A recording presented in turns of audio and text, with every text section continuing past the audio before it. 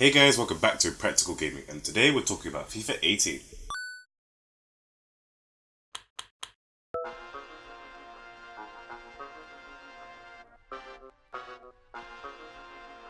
If you haven't really noticed the shirt or the started poster on, this thing, then I support Liverpool. And if you know me, then you know how much I love football. I love watching it, I love playing it, but I'm not very good.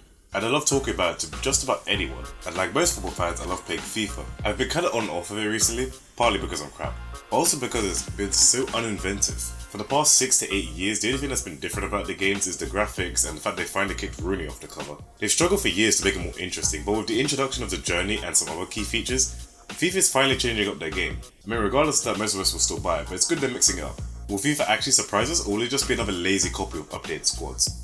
Hi, my name is Adrian, and today we're going to be reviewing FIFA 18.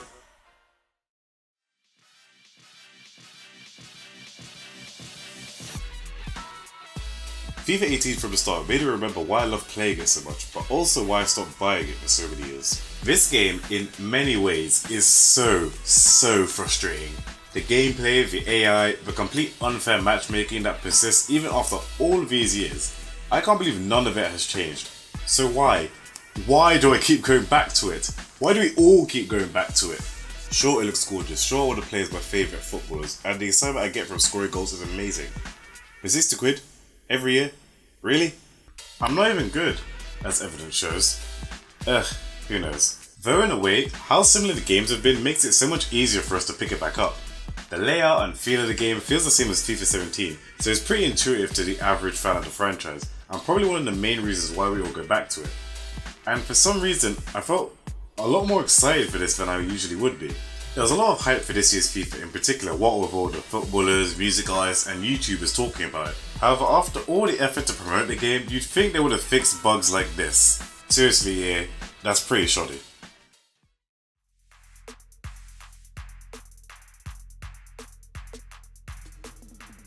And I'm not going to go on about how to play the game because most of you watching should already know by now. For the most part, the gameplay is pretty much the same, just with some slight adjustments to the experience.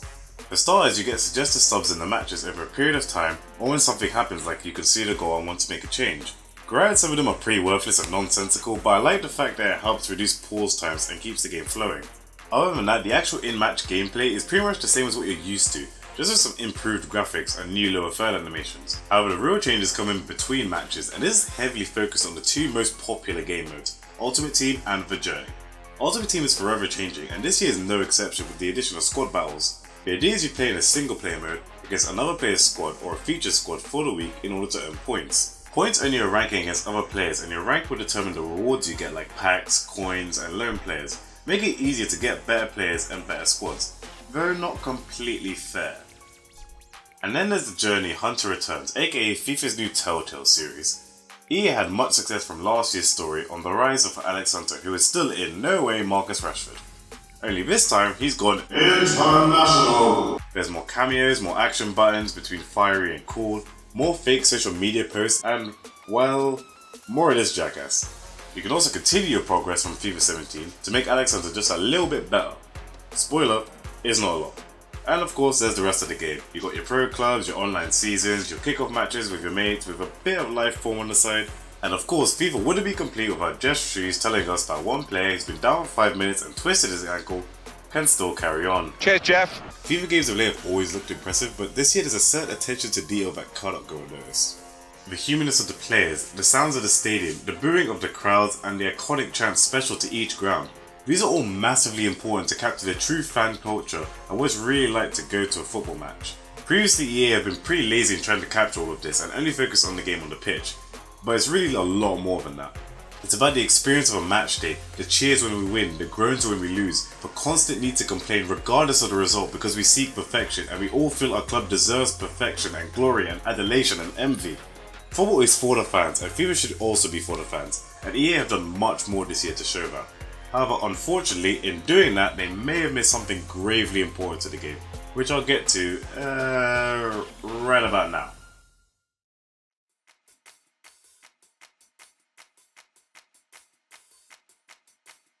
Usually in this segment I talk about one or two issues that need to be fixed in the game, but today is an exception, because I found several.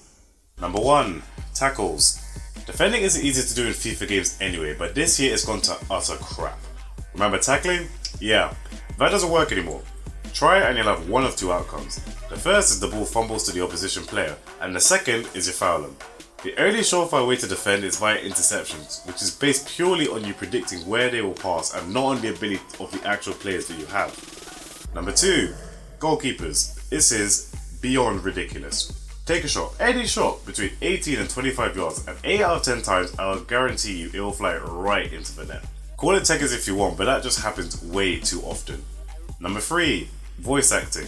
We'll talk about the journey here now. They hired professional actors and footballers to voice themselves, but it did not show in the delivery. It's static, it's uninspiring, it's awkward, and it's just really, really poor. They had this problem with the journey last year, so you would have thought they would have fixed it by now. Number 4, squad battles. The idea is grand, but tell me how this is meant to be fair. The good squads, which you all know have been super legitimately assembled, get better prizes and therefore even better squads, while the rest of us rot trying to catch up. I guess the rich just get richer, not like it wasn't already a problem in Ultimate Team anyway. Congrats EA, you've made Ultimate Team even less appealing to play. The silly matchmaking, the glitches, the complete lack of a search for a specific injury item in the transfer market, seriously, how have they not fixed this? These are all simple fixes, but it's just been ignored.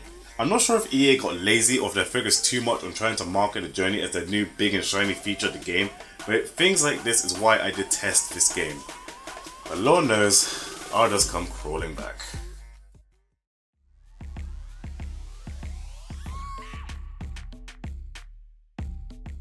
I have a love-hate relationship with this game. The game has some good features and a very loyal fanbase who buy the game every year, and for good reason, because it is a fun game. It is the source of almost all frustration in my life, and I know it will never change. But it's FIFA, I have to go back. I must. Every time. I'll tell myself it's a waste of time, I'll tell myself it's a waste of money, I'll tell myself it's not worth the stress. But come September 2018, I'll just do it all over again. Congrats EA, you've won.